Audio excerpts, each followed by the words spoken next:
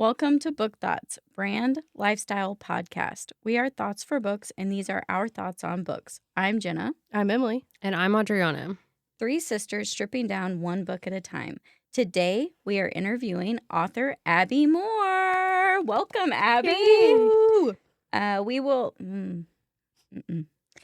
be asking her all the burning questions you have for an author and discussing her book, Bloodworthy. Before we jump in, we do have a content warning. Today's podcast is rated mature. We are Book Thoughts after all, so we are going to be using adult language talking about adult topics, so please pay attention to who may be listening near you. Additionally, this episode might include spoilers for Bloodworthy, so please be sure to check the chapter markers on where to skip ahead if you haven't read it. Lastly, I'm just going to apologize ahead of time. Maybe we, but definitely Emily and Jenna, are at least going to pronounce a name or place. Okay, so we're going to jump right into the questions. It's going to be a mix of book-specific questions, author-specific questions, and of course, if there's any road you want to travel down, we're open to it, okay? So to start us off, what is a quick teaser you would give to someone wanting to read Bloodworthy? Bloodworthy is a fast-paced, trials, strong female main character with a love triangle that you don't see until the very end of the book. And it's very much left on a cliffhanger. It definitely left on a It cliffhanger. definitely left me hanging there. I was like ready to finish, and then I was like, no, I'm gonna fall. What inspired you to write it? Where did you get the story from? Actually, I was reading Quicksilver, and I laid down, and I just kind of had a dream. Like, I feel like I could write a story kind of like that. And then From Blood and Ash kind of gave me a little bit of my inspiration for the second book. Mm-hmm. So then I started writing down different quotes that I could think of in a romantasy series, and then I just sat down and started typing it on my phone. And is this your first book or no? Because I know you have 4 out. So this is the first book I published. Okay. It's not the first book that I wrote. I actually have another book that I am writing under a pen name. Okay. And it's not published, but I did write it before Bloodworthy. Okay. So, When did you start writing? When did you adventure on this journey? Probably about 2 years ago. And honestly, I have no background or knowledge of English at all. Okay. So I kind of just sat down and I found my passion with reading. And I just started immersing myself in these worlds. And seeing all these female main characters that I'm like, wow, I would love to be her, or I would love my daughters to look up to that person. Mm-hmm. And so then I just kind of took it from there and thought, I think I could do this. And I mean, I'm a nurse. I don't know. Let's just try it out. And so I started typing on my phone of this book and my own life experiences. Mm-hmm. So then I'm like, well, I'm halfway through this book. I have another idea. I'm going to start this. And it kind of just snowballed from there. Okay. So you didn't finish one before you started the other? Your just No. ideas were popping up? Yep. So I just That's kind of, cool. yeah, I just different life things happened. And so I'm like, well, I have this idea that I think I could finish. And it was Bloodworthy. So I abandoned the first book halfway through and started writing Bloodworthy. And so since then, I probably have about 10 different books I've started and have not finished yet. So. That's crazy. I feel like that's something that we've interviewed a lot of authors doing recently is they type a lot on their phones, that they're doing a lot of that, which makes sense. When you have an idea. It's convenient. It's in your hand. You have a thought. It's kind of like how people used to keep pen and paper by their bedside, if they wake up from a dream and scribble it down really quick. Like an idea notebook. I still do. Yeah, you write your dreams down, but then you're like, what? Sometimes you're like, that doesn't make any sense. But they're fun. Isn't there you can write them down and you can look up what they mean? Yeah. You can try to make it make sense. They right? can terrify you at the same time. Absolutely. Yeah. It's not a good sign. It's like in Harry Potter when he looks in the cup. So you're gonna suffer, but you're gonna be happy about it. Hey, that was a good accent. Thank you. I'm gonna start doing audiobooks with her because last time we made her do a voice for one of the characters. I'm now a voice actor. Yeah. Oh. I should have known that. Yeah. You Yeah, want you to could've called audition? her up. I do. So with Bloodworthy, is it something that you had to go from start to finish, or is it one of the ones where you were halfway through and started other things while you were finishing this one? So originally, I mean, it did come to me in a dream. I laid down while I was reading Quicksilver and just kind of like thought about it, Yeah. but I had never intended to publish. I was kind of, I mean, out of my element. I'm not an English major again. So, I mean, I sat down and I'm like, I don't really know why I think I'm good enough to do this. So I wrote it and then kind of sat with it for a while. And my daughter, she is autistic and she's not doing well in school and just really struggling. And I kind of could relate to that because, I'm sitting here and I'm like, I'm not really liking nursing and I'm nervous to publish this book. So here we are together. You're nervous. I'm nervous. So let's make a deal. And so I agreed that if she could finish her first year of DD, which is developmentally delayed pre-K, that I would publish the book. And so she did. And so May 26th comes along. And that day we sat out together and clicked submit. And I'm like, that was a very big jump for me. Like, I didn't even know what formatting was.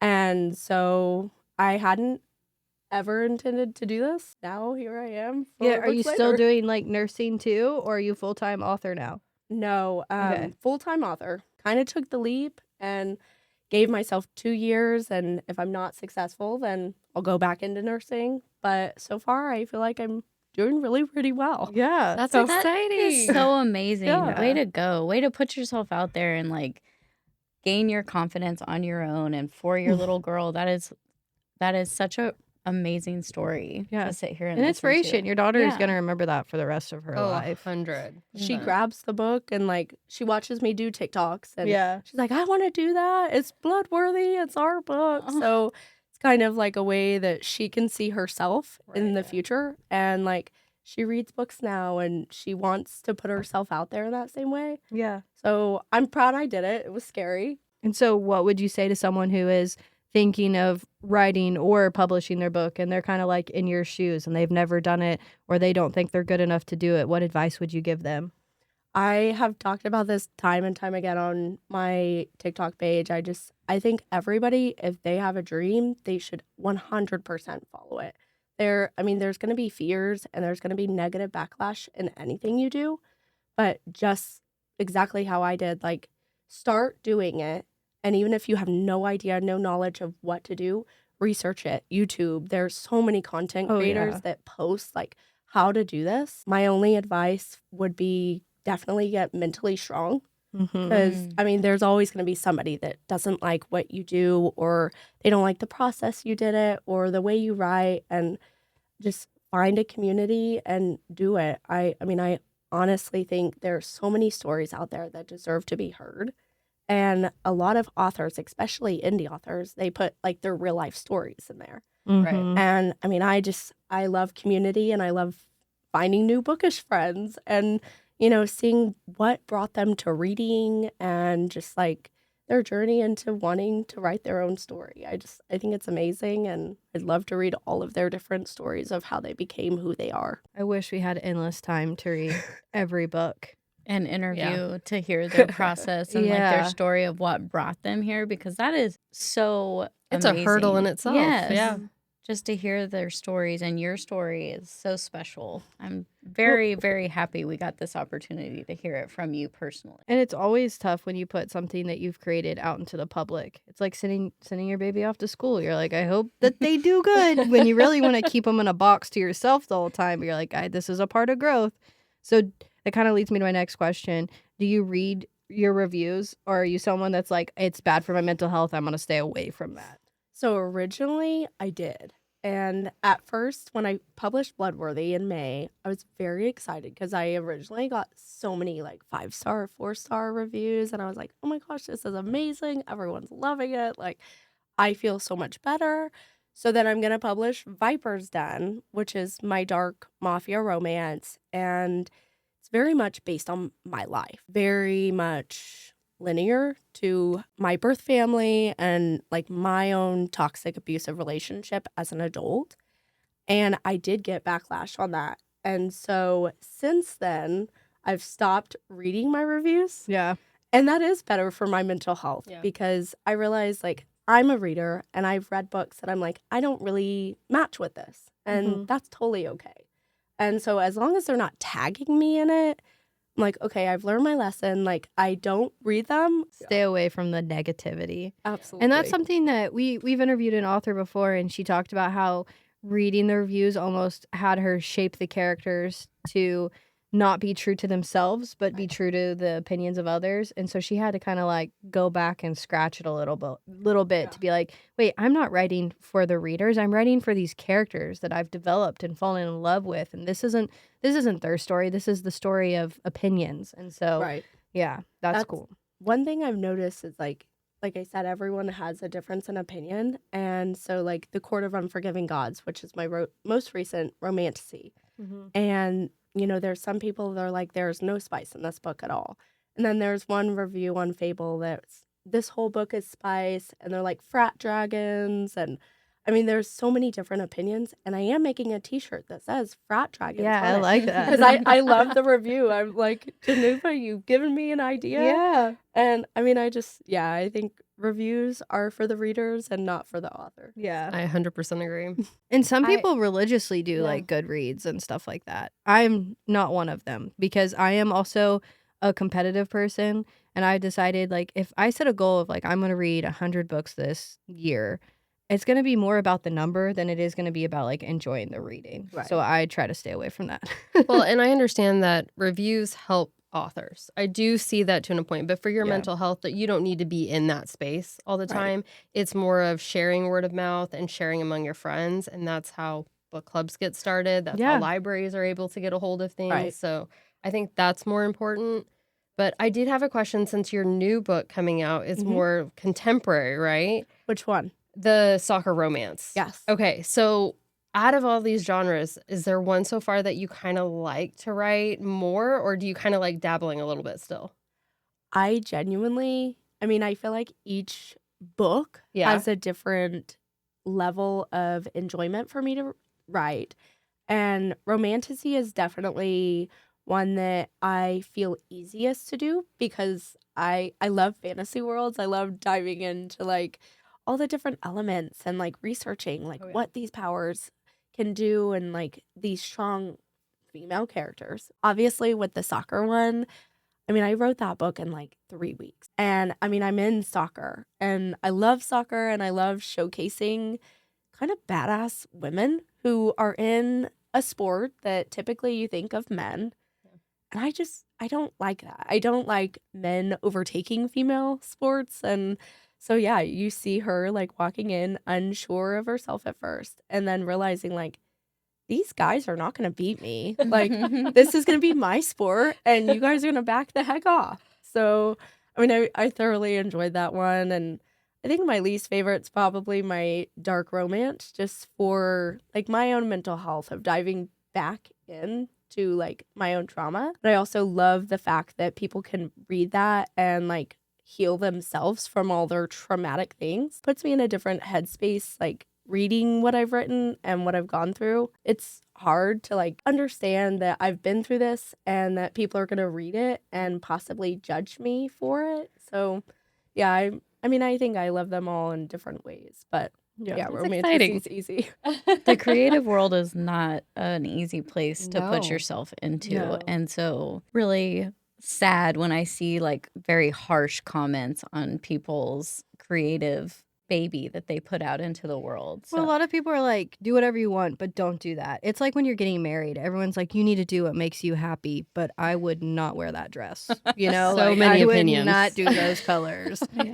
Well, and that's one thing you see a lot. Like Chloe Walsh, she does not run her social media for that exact reason. And I mean, so many people are just so hateful, and it's sad because there are a lot of authors that are just like genuinely amazing people, amazing writers, and people come in and I call them book critics, where they just go in and they harp on every little thing and then they don't look at like how much work put into that book.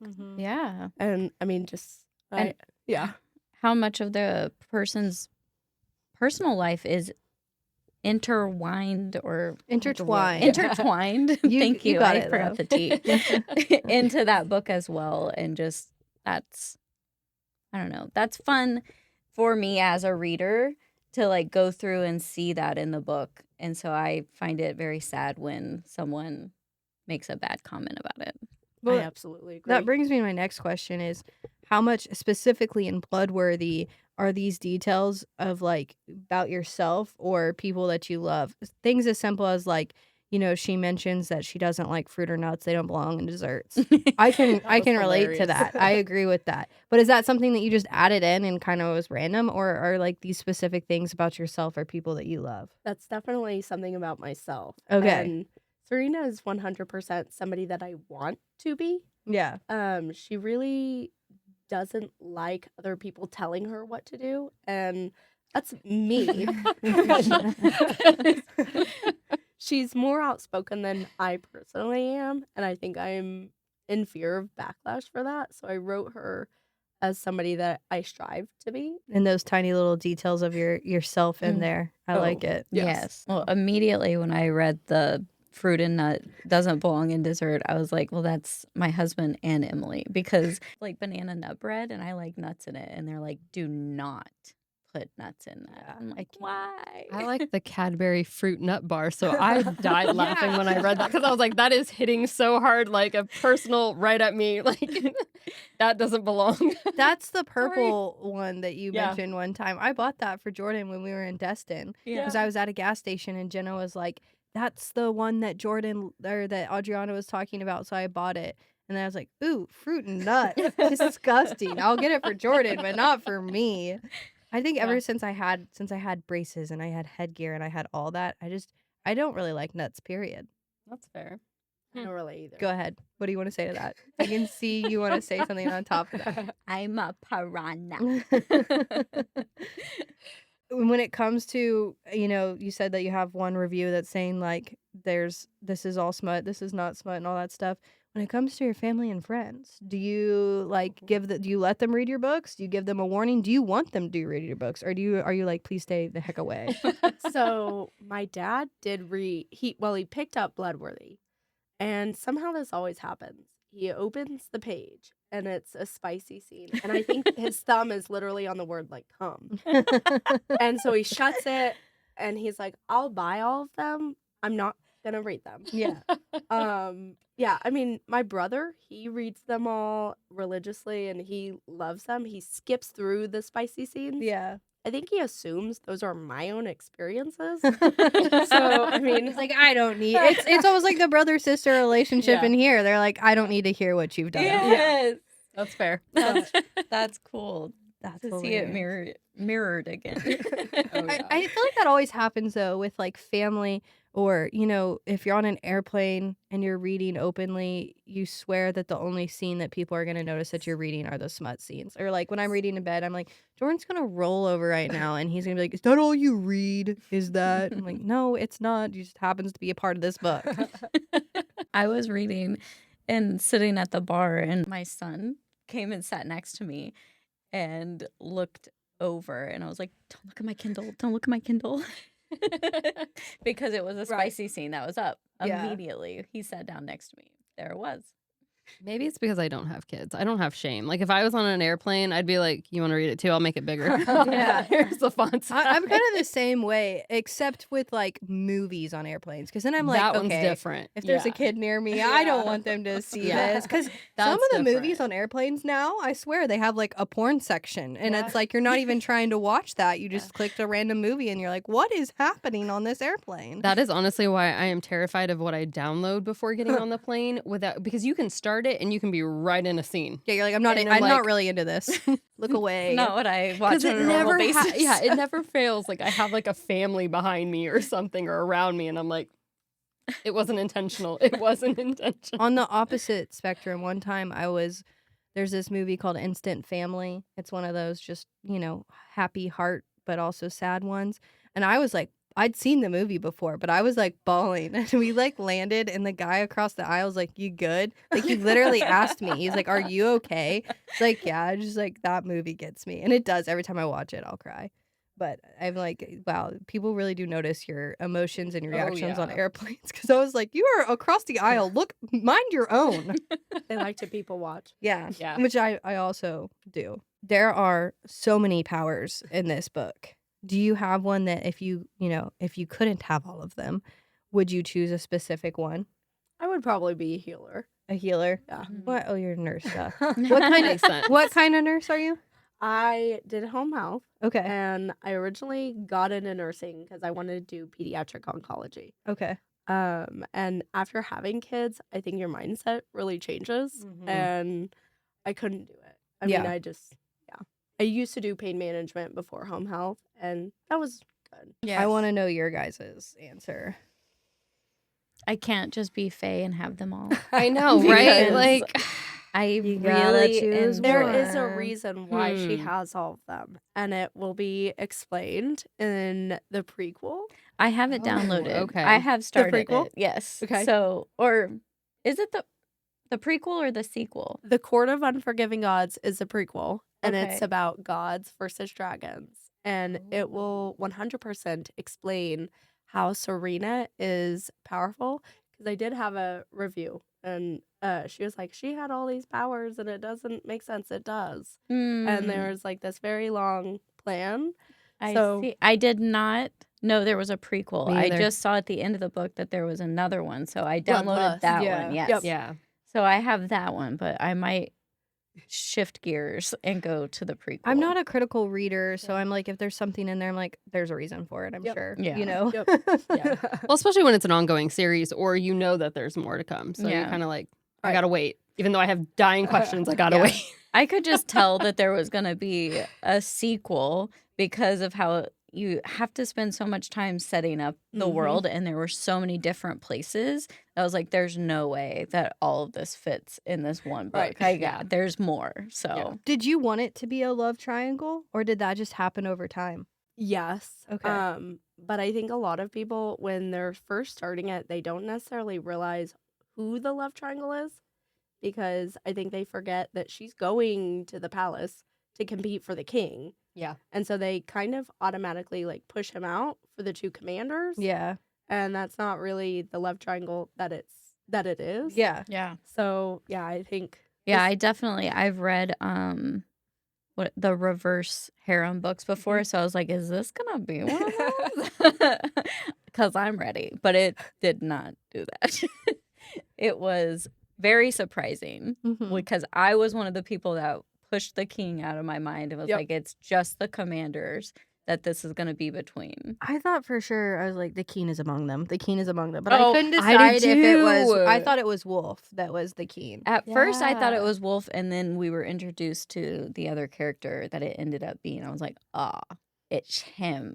So you knew. I did. Okay. Because he was just out of place, and I was Right. like, it has to be. And then, spoiler alert, there I was got like it. the mentioning of the, when what's her head, the nasty lady Magnolia. that I hate. Yes. When she calls him Majesty, I was like, immediately yes. Well, and she is like, wow, every time he commands someone to do something, they so willingly do it. Why yeah. is that? I didn't think at first, I wasn't like, oh, he's the king. I was thinking, oh, he must have also the power to compel. So he's like compelling everyone to do exactly what they say. No, I figured because he could block her completely out of his mind, I was like, he's got to be the most powerful one there. It's got to be him. Yeah. And then he kept getting offended about everything that she would say about the king. I was like, mm-mm.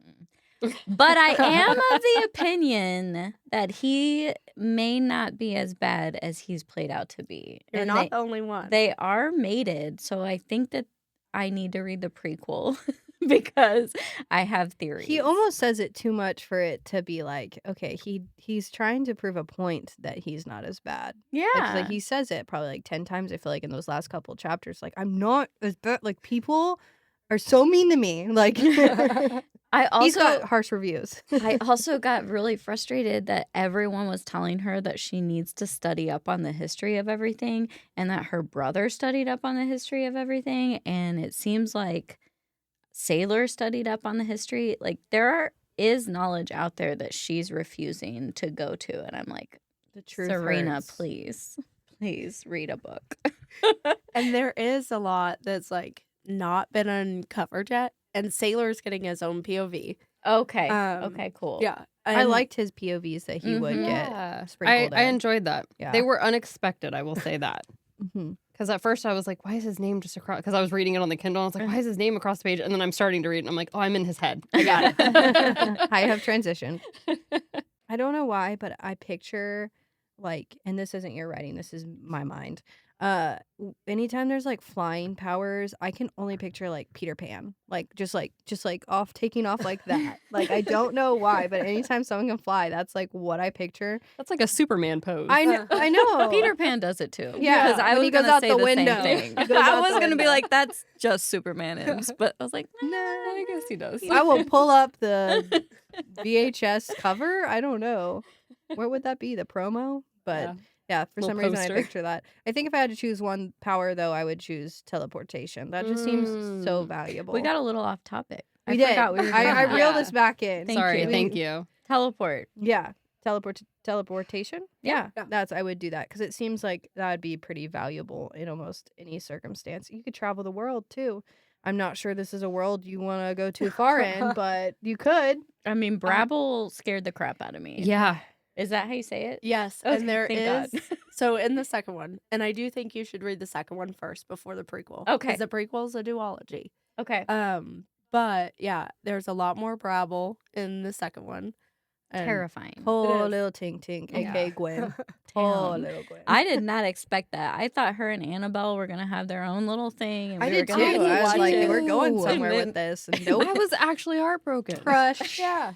smashed her little head in. Which is crazy because I just finished Stranger Things, and in the finale of that, there's a scene where one of the monsters like crushes the head. Like they've been gruesome throughout Yeah. the show, but they haven't been this gruesome. No, he like steps on it and that head just squishies. And that's how Oof. exactly, since I had just seen that, I was Yeah. like, poor little Gwen. She ain't coming back from that. No. I know what power I don't want. That's hard to pick which one I would want. I do like the teleportation, but I don't want mind reading. That would drive me Oh, yeah. crazy. I don't want to know what you think of me. It's fine. Mm. I kind of want it. I kind of want the mind reading. Could you one. handle hearing everybody's inner thoughts though? Like Well, even when You they're have to learn to just siphon it for sure. Yeah. She like picks and chooses though when she. I like the empath power too though. I Yeah. don't think I've Mm. ever seen that in a book, and I really did enjoy that because I am very much a fixer. So I would like to be able to just touch someone and like take some of their pain or like Yeah. infuse some Yeah. comfort or whatever. That Take one, some joy. yeah, Yep. I like that. I wouldn't like the mind reading because I wouldn't be able to control myself. Like, I wouldn't be like, oh, I love you and I respect you, so I'm not going to get in your mind. I'd be like, what are you thinking right now? I'm And I- too nosy. Yeah. I also think it's such an easy step in my mind to kind of cross the line and be able to kind of like control them in ways if you Mhm. have that ability with just mind reading. So that's the one I don't think I'd want. I'd be like, please, gods, don't give me that. I do kind of have a little bit of respect for the king in this book, though, who doesn't seem to be abusing it with Serena. Like he should be But able to or could. I was going to say, could he? I mean, I think he could. She doesn't have powers right now. She doesn't.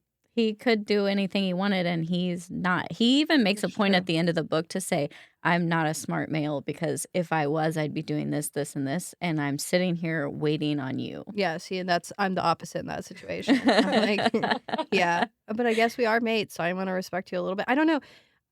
I try not to fall in love with the fact that they're just mates because there's so many books out there where just because you're mates doesn't mean you're going to have a long, healthy, fun relationship by any means. So I mean, we can't forget Sailor was very good to her as well. I also always want to call Sailor Moon. And Mm. it's It's Sailor James, damn it. I know, it's Sailor Moon to me.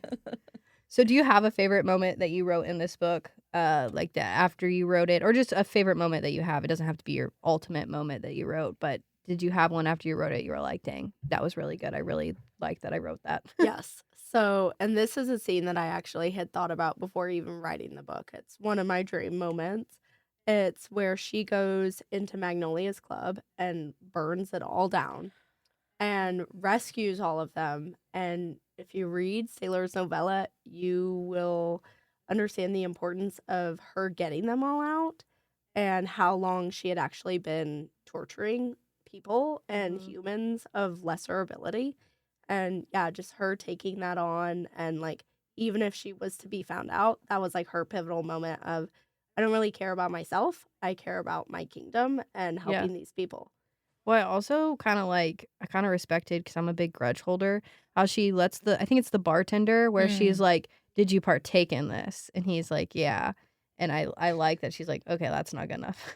Yeah. Yeah, I loved that part. And then I really liked that you showed Wolf being like, why did she kill him? He was just like a bartender. And then Sailor being like, no. You Yeah. know, he stood idly by, and not only that, but was allowed to and took the opportunity to participate at some points. Yeah. So he deserved what he got. Yep.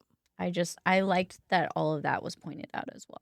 That she got revenge for Sailor and Wolf, even though Wolf wasn't appreciative at the time. No. Wolf is kind of a rule follower. He is. He's something about him, man. I don't know. I can't quite put your can't- paw on it. I mean, why would he feel like home? What's going on?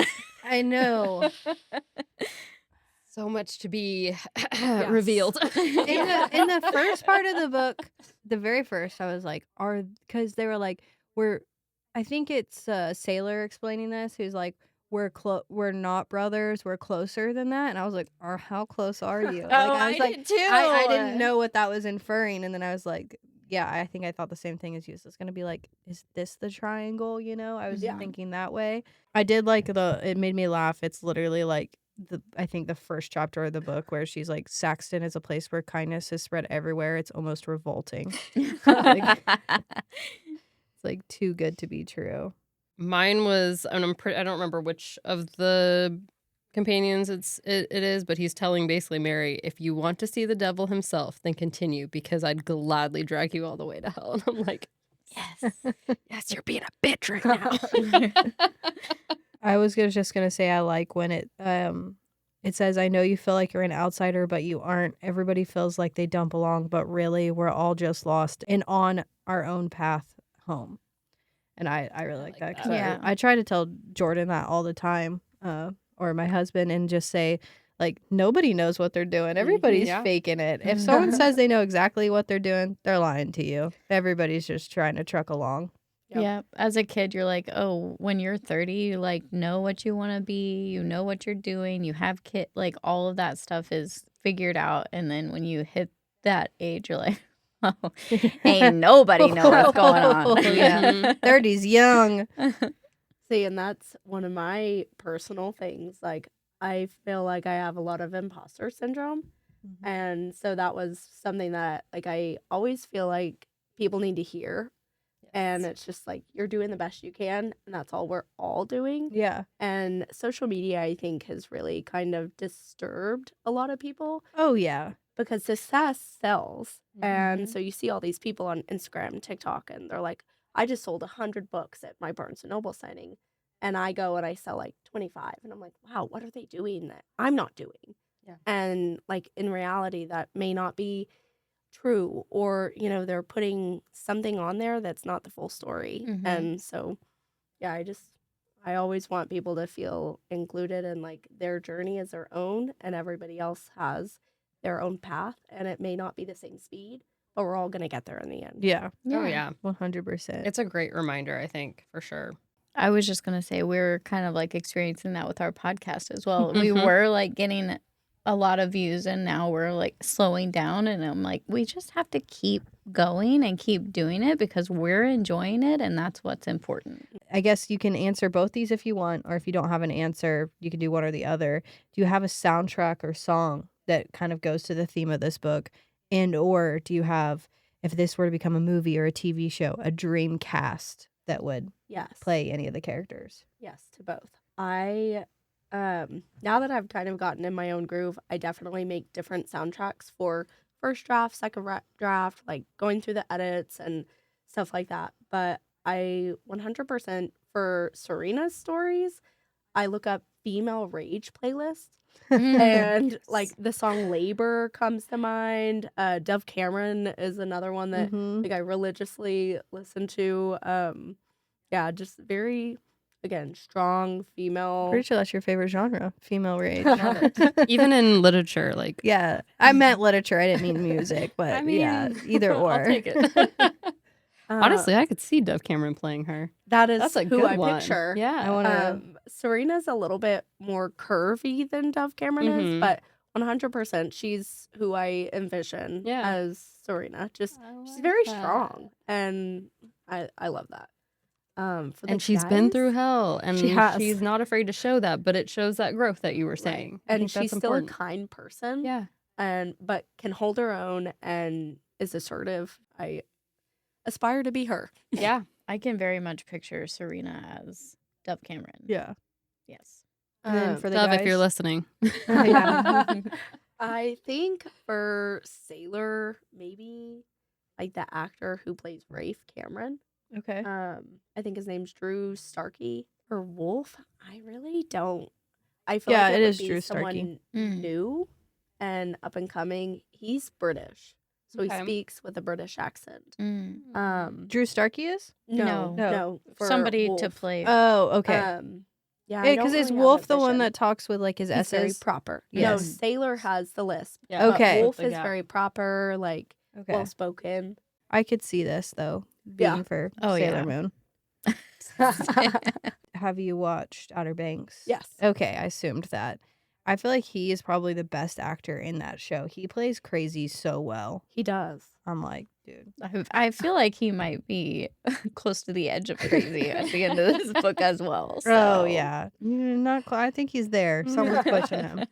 I want to know what's your favorite writing snack that you go to if you have one, or drink. McAllister's. Oh, Yeah, I gift myself Uber Eats, and yeah, McAllister's is typically my go-to. It's not really a snack, but What well, do you get from there? sustenance. Because I have the same order since I was in the 6th grade. So I get the club, okay, and Yeah. then I get the cheese dip, and I kind of snack on that throughout the day. And okay, then of course the tea.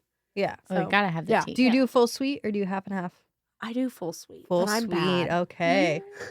It's not bad. I mean, I like sugar, so I can't do too. disagree with that. But I wish I could be like, the person back there pouring it, because if you do half and half, sometimes Yeah. it's not sweet enough. Yeah. I agree. And I want to be like, can you please do like 70, 30? Yeah. You know, let me pour. Can I go back in the kitchen for a second? I mean, I used to be a full sweet in high school and everything, but as I've aged, I am now half and half. Yeah. It's like my grandmother used to make tea at home, and she would never add any sugar to it. So I Oh. think I kind of like, just make Yeah. ice cold tea. No. Ugh, and you can't add can't add sugar to ice cold tea because it doesn't melt. Yes. Mm-hmm.